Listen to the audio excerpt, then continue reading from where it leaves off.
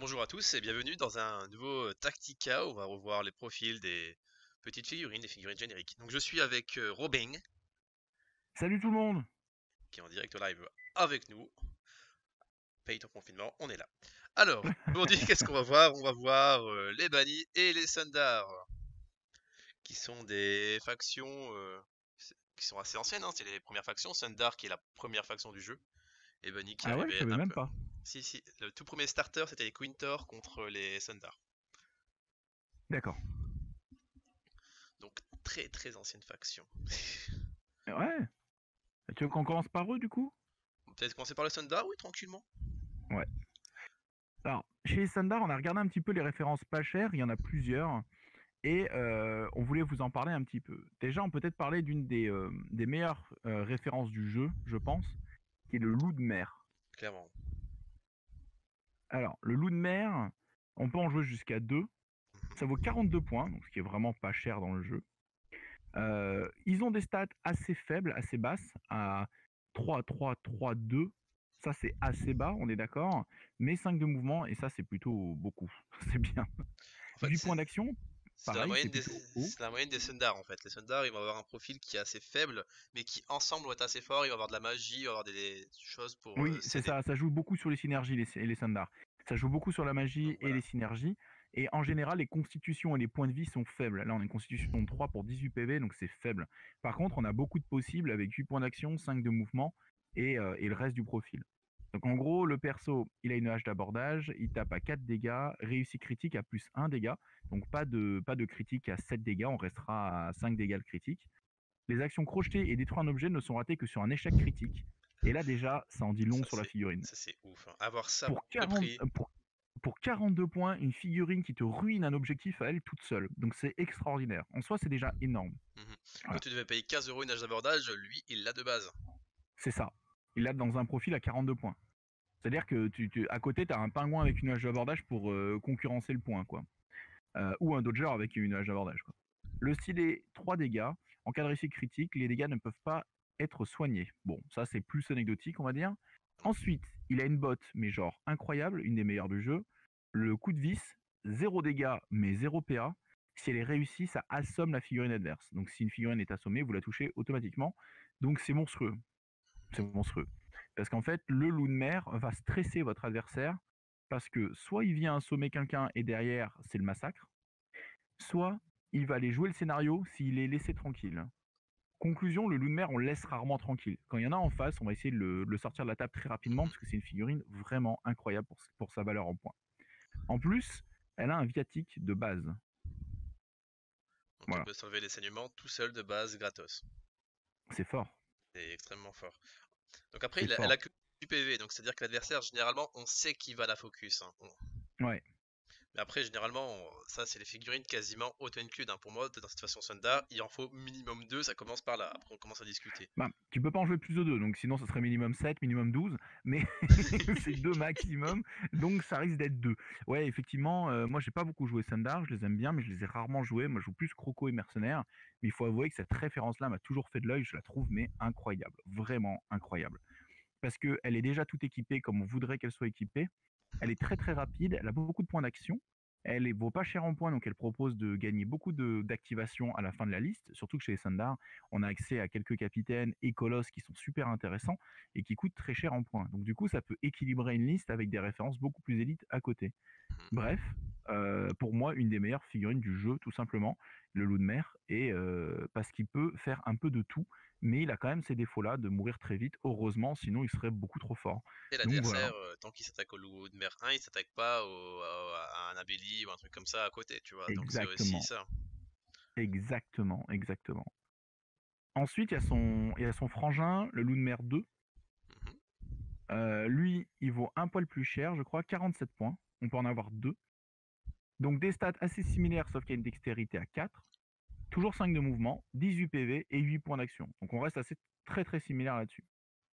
Alors, il a une arme qui a allonge. Une figurine si peu chère en points avec allonge, c'est vraiment ouf. C'est chouette. Qui fait 4 dégâts, donc des dégâts fixes. En cas de réussite critique, ça pousse l'adversaire d'une brasse, donc en plus on peut générer des collisions, peut-être faire des petites blagues avec ça. Il a une botte qui fait 5 dégâts. Le critique fait que plus 1 dégât, c'est déjà dit.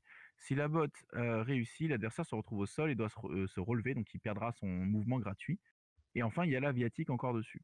Bon, une référence moins forte en scénario, moins forte pour tuer les gens parce qu'il n'y a pas le assommer, un peu moins bien de manière générale, mais rappelons-le, ça reste une super ref parce qu'on a allonge pour moins de 50 points Et et on a une valeur de dégâts fixe. l'effet de mettre au sol aussi, je trouve que c'est extraordinaire parce qu'en fait, perte de mouvement gratuit, c'est-à-dire que la personne va devoir dépenser 2 PA. 2 PA sur 8, c'est un quart de ses PA qu'il va devoir dépenser en plus pour venir au combat.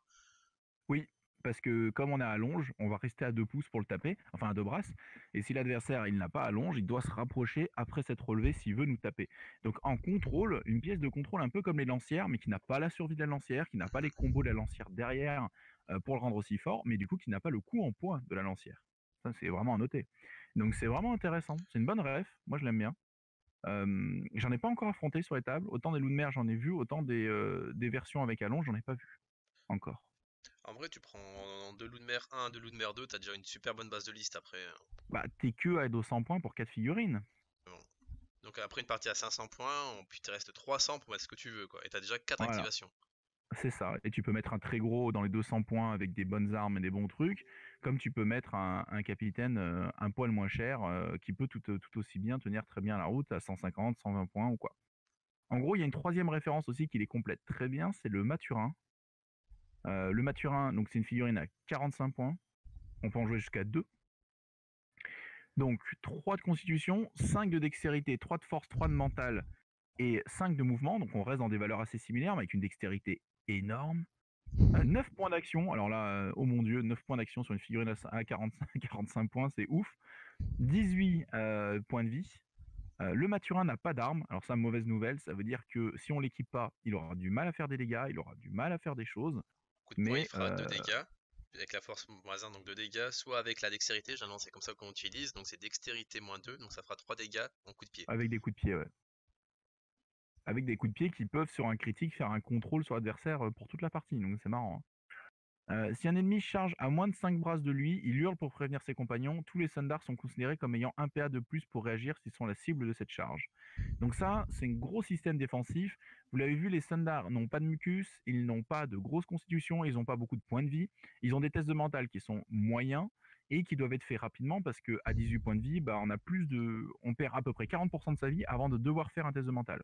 Donc en gros, ils sont très fragiles. Donc le Maturin va venir, disons, donner des points d'action supplémentaires pour qu'on puisse rester efficace sur la table tout en ayant des options défensives correctes. Voilà.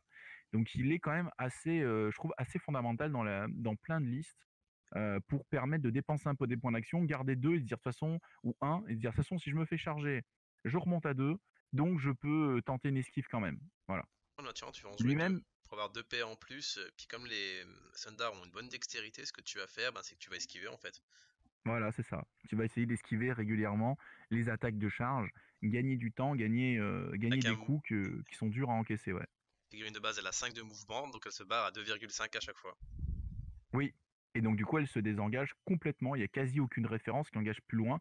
Il y avait le duo pack des Ichiens qu'on a vu qui faisait ça, des Ichiens, pardon, avec le gros qui pouvait taper à 3. Mais c'est peut-être une des rares exceptions du jeu, quoi. C'est fou.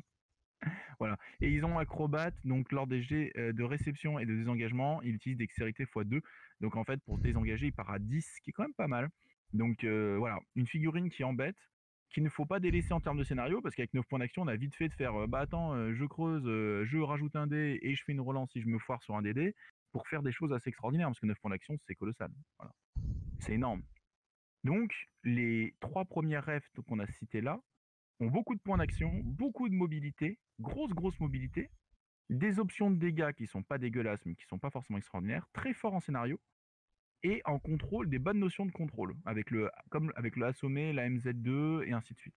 Donc on part sur des refs qui vont être subtils à jouer, qui vont pas être très rentre-dedans, qui vont pas être ultra agressives, voilà, un peu fofolles, quoi, hein. Qu'est-ce que t'en penses, toi, Ludo? Moi, je pense que c'est des figurines qui sont extraordinaires de base, hein. Je crois que largement ils sont dans le top des figurines du jeu entier en fait, hein. Le loup de mer 1, il y a très peu de figurines pour son prix qui fait autant de choses dans le jeu. Ah oui, ça c'est sûr. Et c'est Ça pour c'est ça sûr, que c'est une des meilleures fins du jeu. même parfois dans les autres factions, on peut même réfléchir à faire des contrats ou même avec des mercenaires ou qu'on peut le recruter, on va toujours réfléchir à dire pourquoi pas recruter cette figurine parce qu'elle apporte Parce que même si énormément. tu la payes 5 ou 10 balles de plus, Il n'y a aucun c'est souci. ok. Bah oui, c'est ouf. Tout ce qu'elle apporte, c'est incroyable. Quand tu vas assommer. Mm.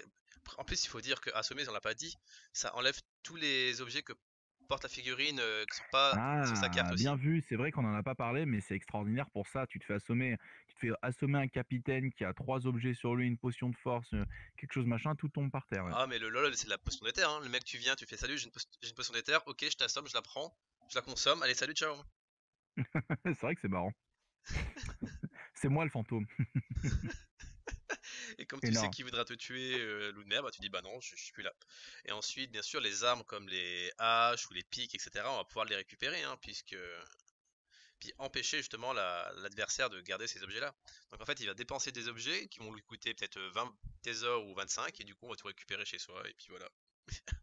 C'est parce que effectivement, comme la défense n'est pas très forte, on va jouer sur le contrôle, on va jouer sur l'interdiction pour essayer sur les ressources cachées avec les Mathurins, pour essayer justement de rattraper ces problèmes de défense de la faction. Parce qu'on va pas se mentir, c'est une faction qui déteste se faire tirer dessus, c'est une faction qui déteste parce que ça fait trop mal. Ça va trop vite, 18 points de vie, un pistolet à portée courte, c'est 5 dégâts, ça va trop vite. Ça peut Après, mourir très très rapidement. Sundar, c'est l'une des factions les plus skillées du jeu, hein. Faut Nettement, bien connaître nettement. l'adversaire, hein. Parce qu'on est très fragile, hein, même plus que Maok, hein. On a dit que Maok c'était skillé, fallait bien connaître, etc.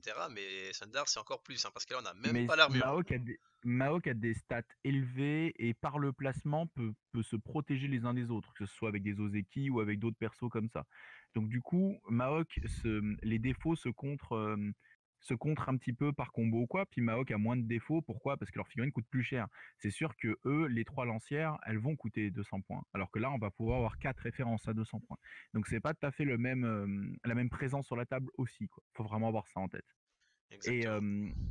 on peut ouvrir la discussion aussi sur Sagis, qui est un magicien des Sundar qui coûte que 67 points et qui est vraiment extraordinaire par ses règles spéciales, parce qu'il propose, juste pour dire qu'en fait, si Sundar propose des références donc nommées si peu cher en points et magicienne, c'est parce que c'est une faction basée sur les combos avec la magie, basée sur tous ces tricks-là. Et que donc c'est normal d'avoir des références qui ont des gros problèmes, des gros avantages parce que ils vont pouvoir y pallier avec de la magie et avec leur contrôle. Voilà. Mais philosophiquement ça Ça c'est s'explique, hein, puisque c'est sur une île où il y a pas mal de verdure et qui vivent en symbiose avec la nature et du coup développent plus la magie. c'est ça. Et le gameplay est vraiment intéressant des Sundar, hein. Moi j'avais beaucoup aimé leur, je crois que c'est leur duo pack, celui où il y a White Teeth là-dedans, là, que je trouve vraiment extraordinaire. Mais plein de choses à faire hein, chez eux, plein de choses à faire. Franchement, une défi. Et je pense que quand le confinement va tomber, qu'on va remettre du briscard sur la table, parce qu'avec Ludo, on en parle beaucoup. On a mis briscard un peu en stand-by parce que on commence à jouer à Game of Thrones, on joue beaucoup à Guild Ball, il y a un nouvel errata qui est sorti, donc on est comme des fous. Il y a Carnage qui nous donne envie chaque mois avec les nouvelles sorties quoi, de faire des vidéos, de faire des trucs. Du coup, briscard se retrouve un peu par défaut, un peu derrière dans nos jeux, un peu en quatrième position en termes de temps de jeu. Et c'est vrai que là, on a tous les deux envie de remettre des compos sur la table et de jouer. Et moi, je pense que je vais. J'ai les 2 tiers des Sundar. Je pense que je vais jouer Sundar pas mal quand on va reprendre. Ça Ouais. va sundariser. On va se marrer. Ça va Sundariser, tout à fait. Ah mais moi je pense peut-être jouer les bannis, hein. Tu vas rejouer les banniers? Ah peut-être, Ah, hein. Mais faut que j'épeigne, hein, mais je pense peut-être jouer banni, hein. Là je suis presque à bout de peinture de tous mes Quintor et après peut-être banni. putain, la vache, bravo, bravo. Alors du coup, peut-être qu'on enchaîne avec les bannis là-dessus, sauf si tu voulais dire autre chose sur les Sundar. Très très bien, déjà pas mal de choses.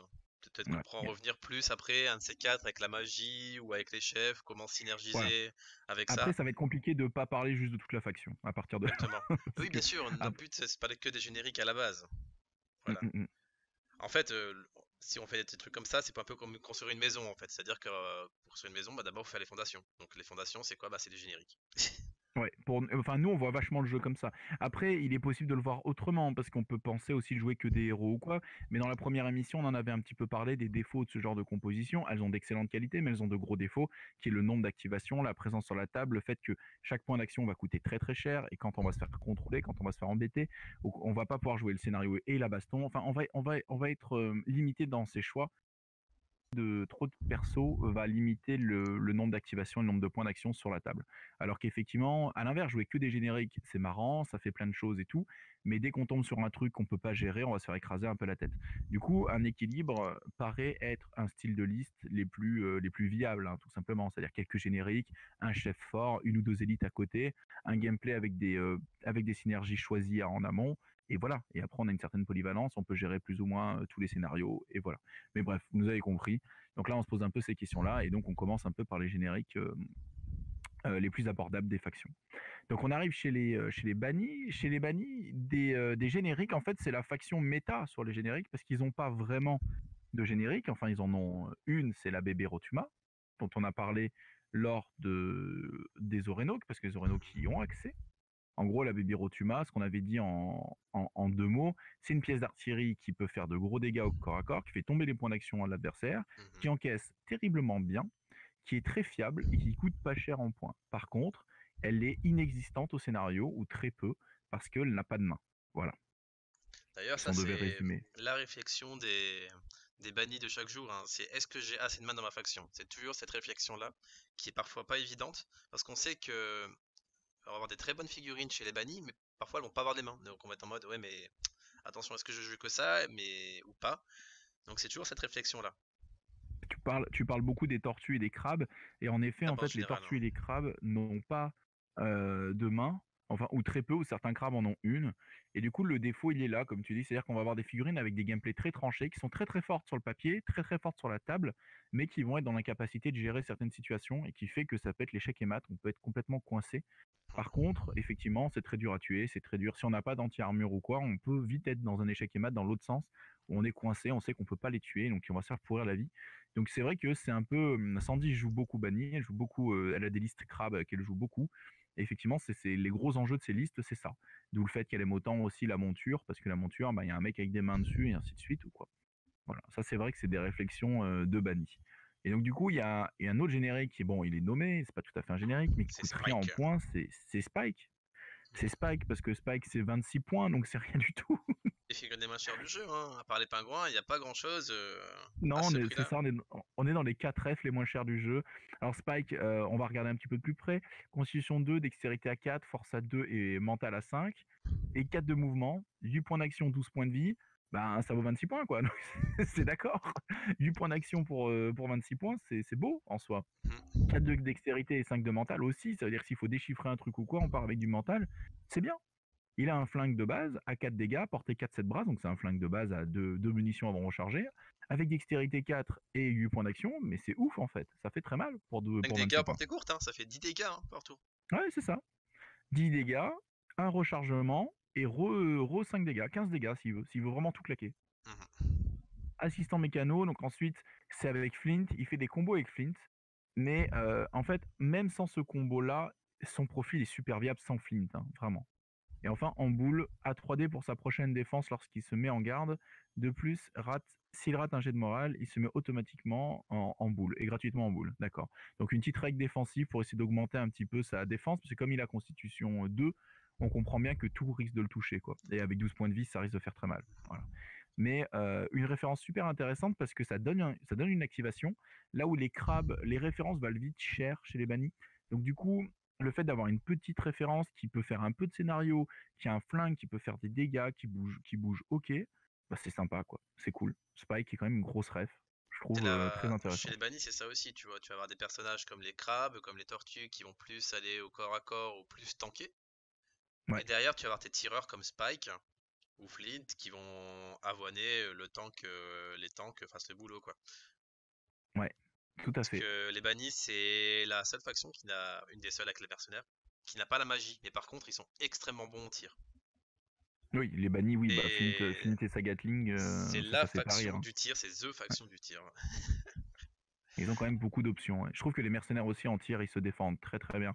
Mais il y a ces deux factions qui tirent très fort, il est vrai, ouais, ouais. Donc du coup, là on a maintenant, tout à l'heure, on vous a dit pourquoi on trouve que c'est une faction un petit peu méta sur les génériques. C'est parce qu'en fait, il y a les trois facochères, hein, Mhm. peuvent recruter des génériques de d'autres factions. C'est-à-dire qu'on a Carpophorus, qui a accès, je vais le lire en direct parce que je ne me souviens jamais lequel a quoi. Il peut, Carpophorus. lui, il peut recruter. euh, C'est une carte qui est il à peut côté. recruter. Il a le talisman des clans qui lui coûte 15 pièces d'or. Voilà, ouais. Donc il a Et il arraché un grand récupère des champion. Tuléens. Ça. Lui, il récupère des Tuléens dont on n'a pas Alors, encore parlé. lui c'est un peu l'arnaque, je suis désolé de le dire. pourquoi pourquoi t'aimes pas les Tuléens? Non, parce que lui il paye. Il Alors que, paye 15 balles pour avoir accès aux Tuléens. alors que les autres, tu vas le voir, ne payent pas. C'est gratuit. Exact. Et en plus, Mais après, il a une encre sur l'épaule, donc il fait peur quand même. Oh, la oui. stat de bâtard qu'il a. Bon, on parle des génériques, on va se calmer.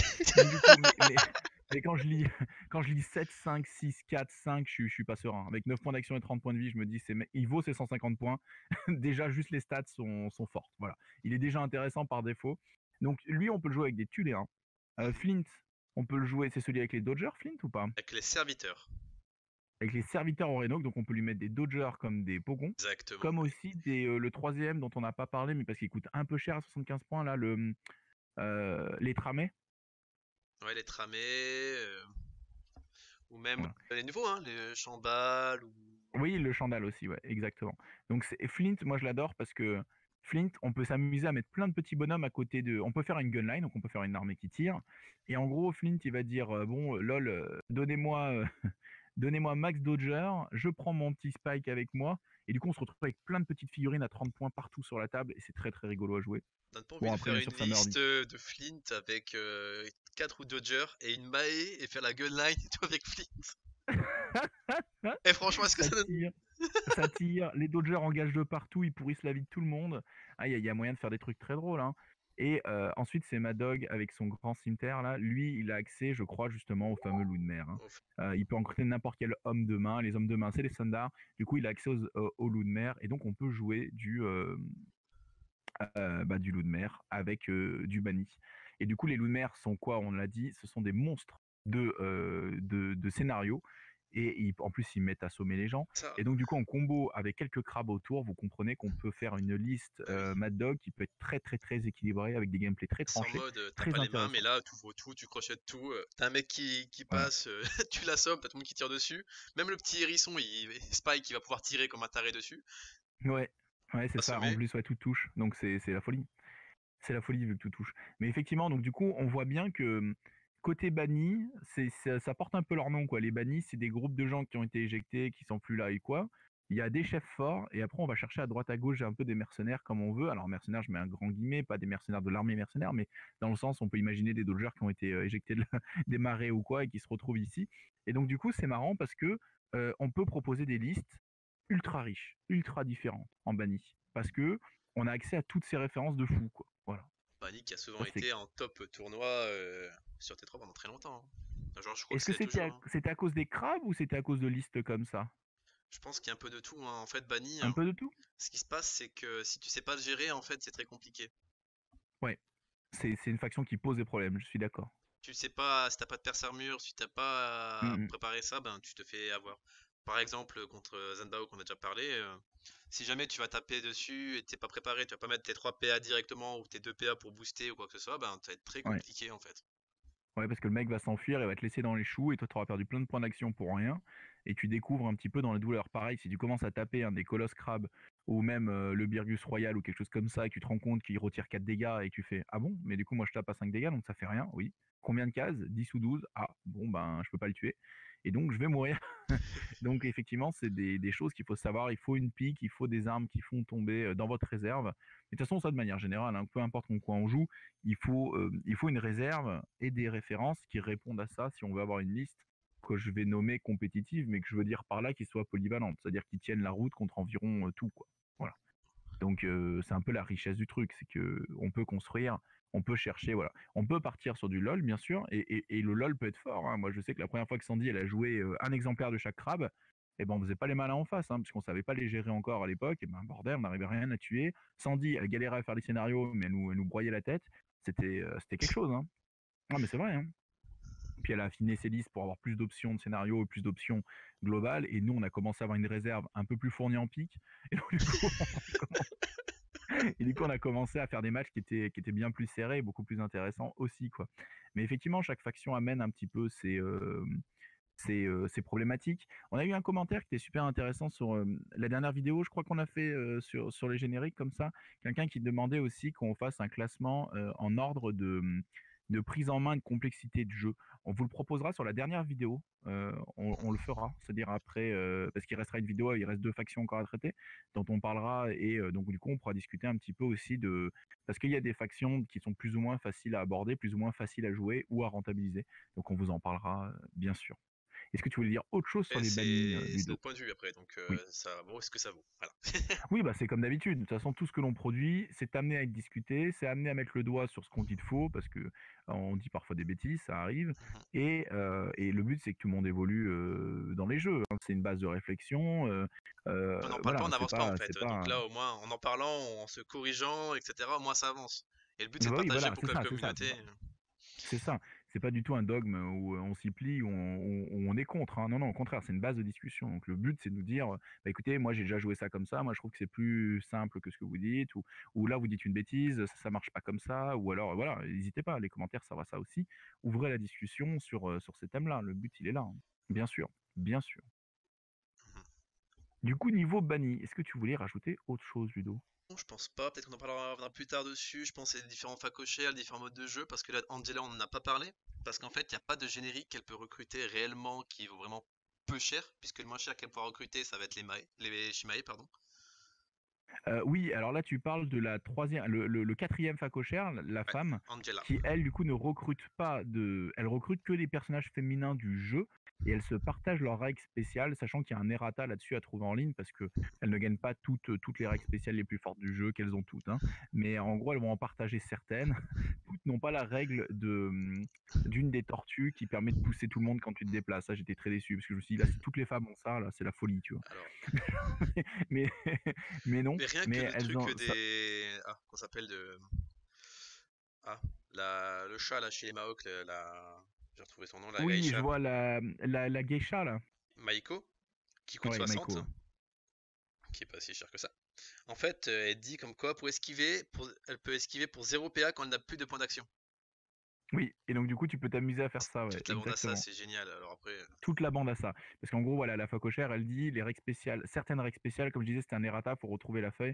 Mais en gros, il y a un errata qui dit, voilà, telle règle spéciale de tel personnage féminin est partagée avec tous les autres personnages féminins de la bande que vous jouez. Et du coup, c'est super riche parce qu'on peut faire des combos et surtout, on peut jouer des rêves qui sont pas pensés à la base pour avoir ce genre de règles spéciales. Donc c'est incroyable. Et comme tu disais, pareil avec les Shimae, pareil avec d'autres. Et donc du coup, et en plus, sur la table, moi, c'est une liste que je trouve super sexy parce que sur la table, tu te retrouves à avoir que des références de factions différentes, donc c'est super beau. Tu vois ce que je veux dire? T'as une geisha des Maoks, à côté t'as la facochère un peu brute de forme, t'as des femmes poissons, enfin c'est rigolo quoi. C'est chouette. mhm. Je sais pas trop ce que ça vaut par contre, jamais affronté, mais à l'occasion, comme t'as quasi toutes les références du jeu et que j'en ai pas mal Alors aussi, après, c'est. Ludo, à tester, à Mhm. tester. Après, la question Du... c'est est-ce que c'est Angela ou c'est Angela? Je pense que c'est Angela. Mais effectivement, cette liste bannie, c'est une liste à part dans le jeu.